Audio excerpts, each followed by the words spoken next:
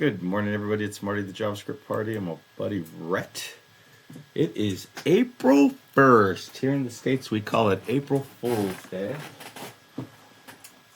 And I have my buddy Rhett. And, I did want to say I am not, it's very unlikely I'll make a video tomorrow. Tomorrow is, I'm going into the office, or I'm planning to go into the office. Last year, I think they asked us not to come in the office on the last day of the session.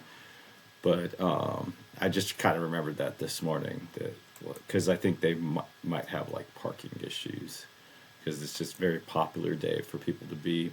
Probably it is our Super Bowl. It is the most important day of the year for us. Is tomorrow, and then not only is it the most important year of the day of the year for us, it is also actually the most important day of 2 years for us, because we are at the end of what's known as a biennium. So so bills, they can be created and they can be voted on and they can advance through the process. And then if it's the first year of the biennium, then you can have like a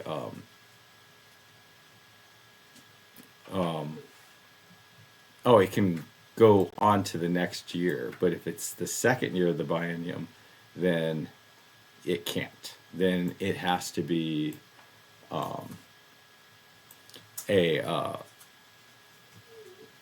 if it's a second year biennium, then next year has to start from scratch. So like there's all these little sort of gates that a bill has to go through to get to become a law, and it has 2 years to get through that. And so the last day of the 2 years is tomorrow. And then it's an even bigger deal, because I believe it's the last session that our governor is going to be part of. So we'll have a new governor next session. So it's just a pretty big time for us. All right, so I am trying to really work on unit tests. Our unit tests, I like to keep the unit tests at 100%. I don't think there's any actual usefulness to that, other than, that was not what I wanted to do. Other than it gives you sort of like, at some point, as a developer, you kind of really need to sit down and like analyze on a line-by-line basis your code, and unit testing is a really great way to carve out some time for that. If not, what happens is everything just sort of gets just kind of sloppy at the lowest levels, and it just all kind of comes apart. But we know that this is in our 3 animation class, and that it is you can put the mouse over this thing and I think it'll tell you. This is a C users, Marty, tech, span, space, source, services, entities, 3, and animation. So entities, apps, services, entities, 3, animation. So this guy right here. And we're not testing a damn thing. So I guess we're trying to work on this update property for animations, only because it's first. It looks like there's 4 functions in here. I guess it'll tell us at the top here. No, there's 8 functions in here that need to be tested.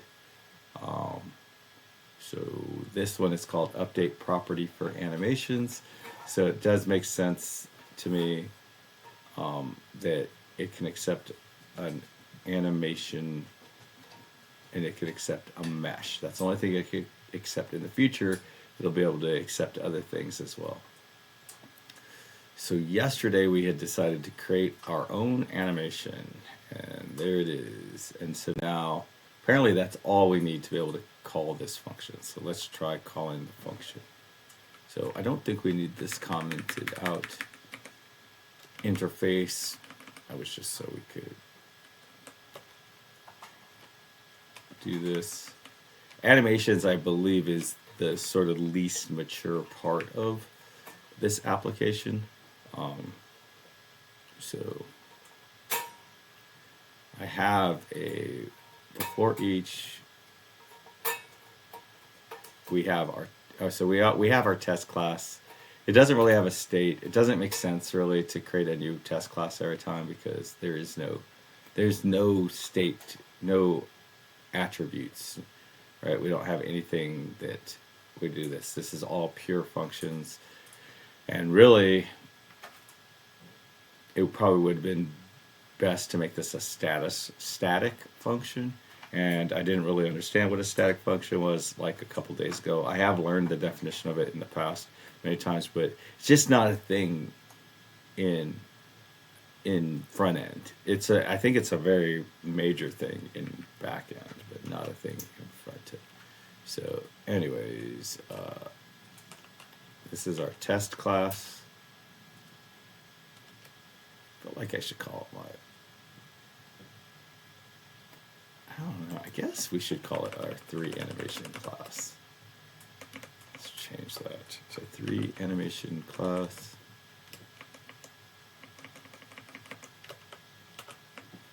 And really, there's no real good reason to do this other than it's just like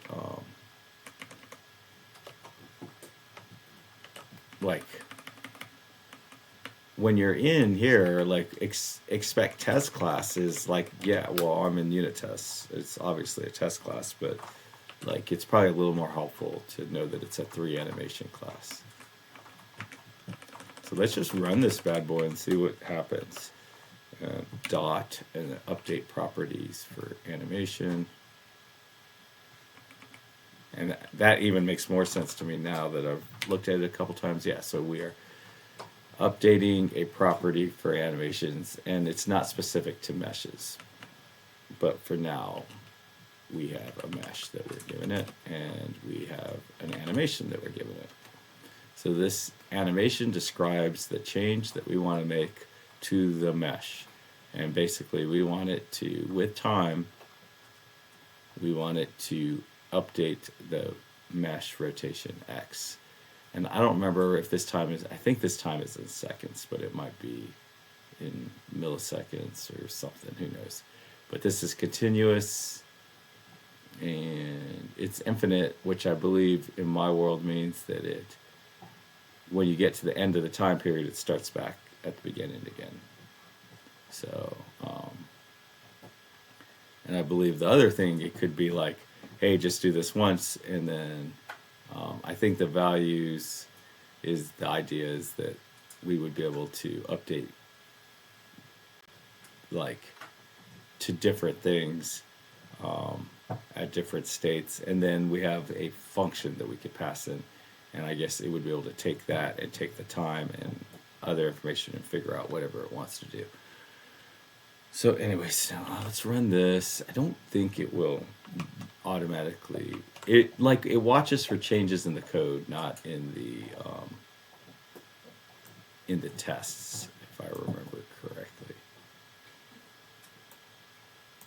I will say that Carmen Jasmine is frustrating. Oh, we have 2 tests now, so it did run. It looks like. So let's hit refresh, and now we have full coverage.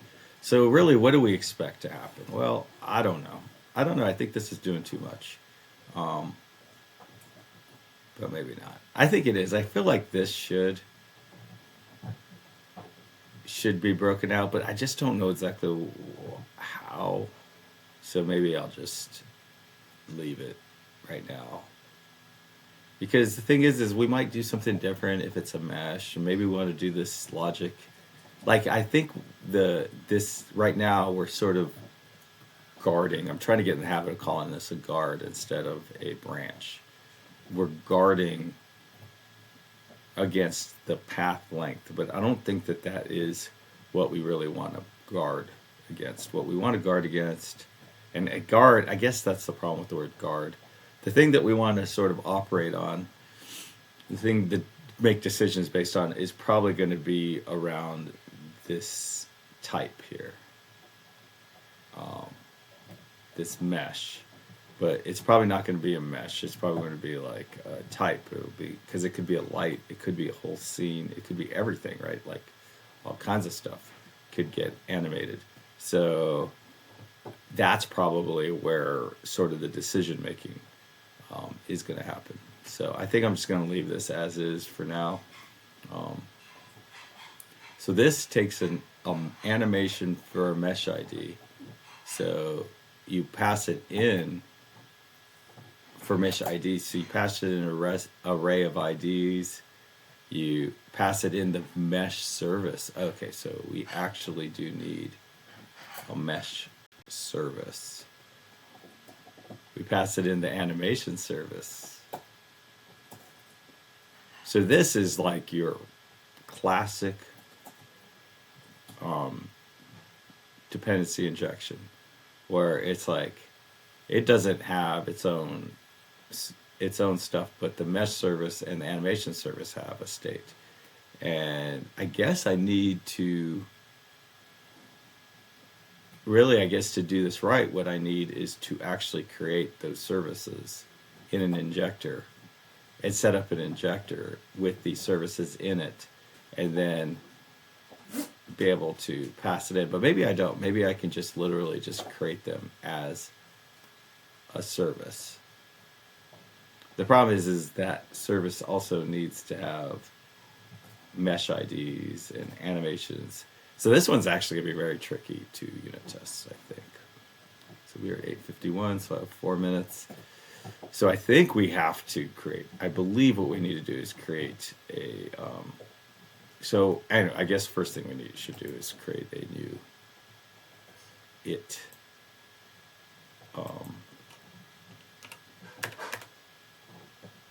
Why do I always forget what these are called? An it function, assertion, specification, a spec.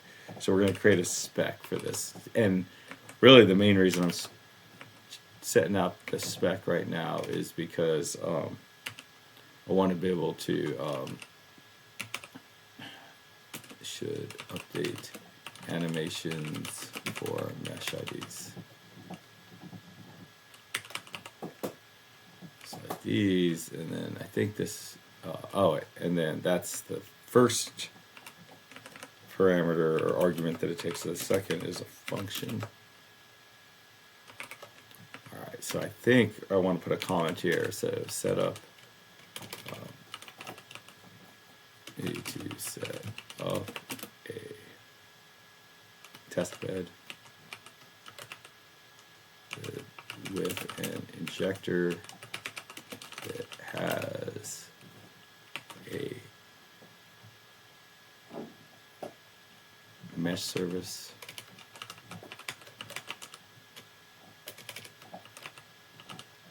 and a ST animation service. All right, so basically we need a mesh service and an animation service. And we probably will also need to add meshes and animations to them so that it can work through these.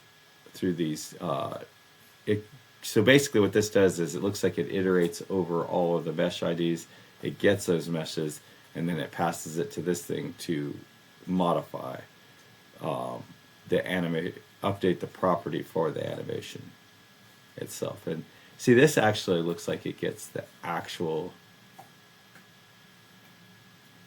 the 3 animations. So it actually will take the 3 animation, and then ThreeJS, whatever it does something. To me, it's magic, right? It's just a black box. I just tell it to change things, and it just changes it. So that's sort of the end of the line-by-line understanding, is all the way to that point. So I understand that we're changing it, we're taking the object, we're breaking it down into parts, and then we're updating the properties, and then what happens after that, there's no way for me to know. And right now, literally, all we're doing is taking that property and adding it to itself, which is only possible by that. So only possible because it's rotation. It definitely, anything else you can't just keep adding forever. But since the rotate just keeps rotating it, it's fine. Again, this is by far the least mature of every part of the application so far. All right, so we need to come up here and we need to configure our testing module, and then we want to have two providers. So I think we want to add providers. I'm kind of excited because I'm kind of doing this from my thing, from just like from my heart. Okay, so, and then, is it just mesh service? Did we get the right mesh service? Yeah, it looks like it got the right mesh service, and ST animation service. And then I think I can just do this, like let service is equal to mesh service.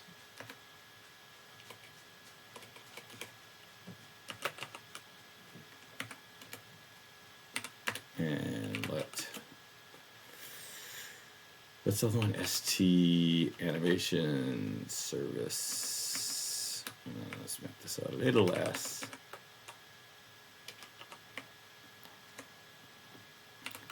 ST. And this is a little bit different than kind of how you do it in Angular itself, so it can be a little confusing.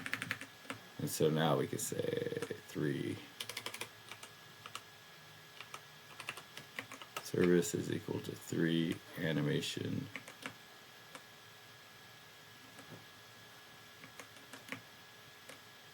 no, this, oh, I want to get an instance of it. I think there's a get. Is there a get?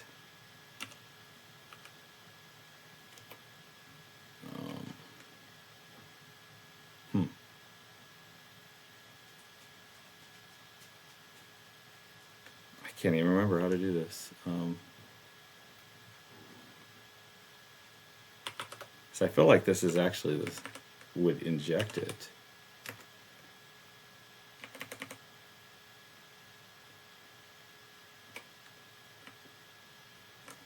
Equals to testbed. What other things are there in testbed?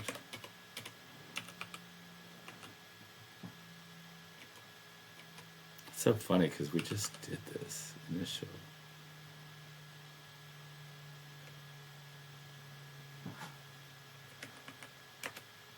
Okay, so it's kind of fun because you like kind of like,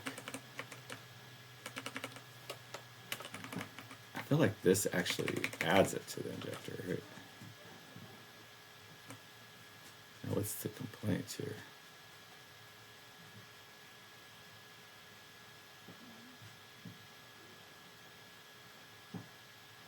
Did you mean 3 mesh service? Oh, silly.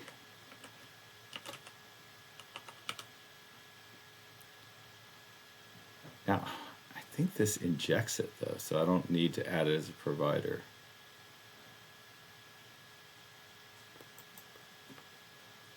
All right, so what does this do? Does it say what it does?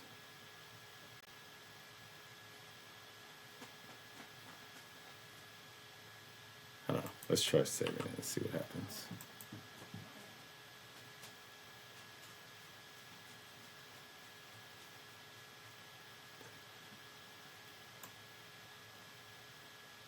Okay, ChatGPT.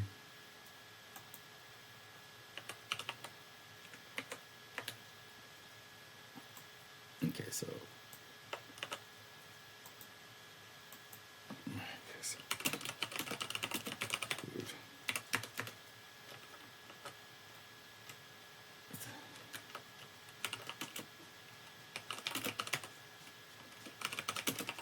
To get 3.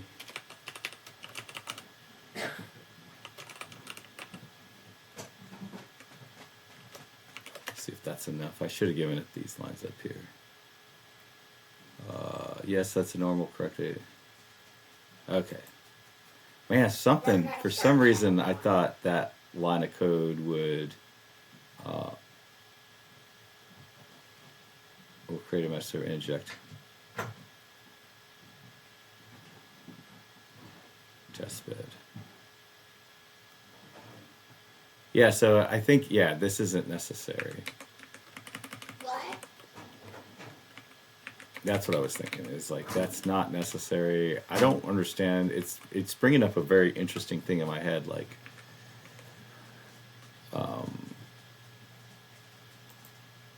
see if they give it.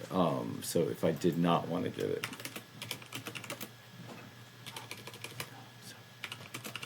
just add it in the providers. Here's, can I still get an instance of it?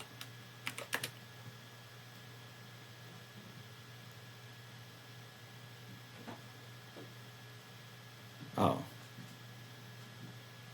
Yeah, I don't understand.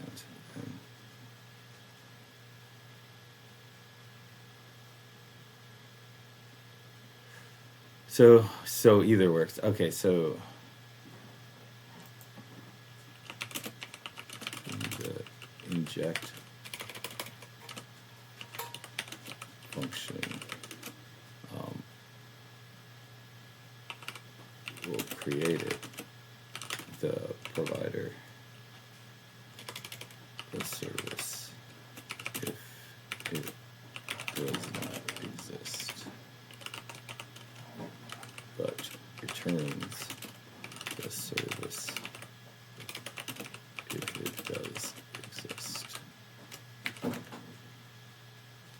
Okay, yeah, so I guess this is slightly different than before, because basically if you have it in the providers, then it injects it, but if you don't have it in the providers, I mean, if you have it in the providers, it just gives it to you, and if you don't have it in the providers, then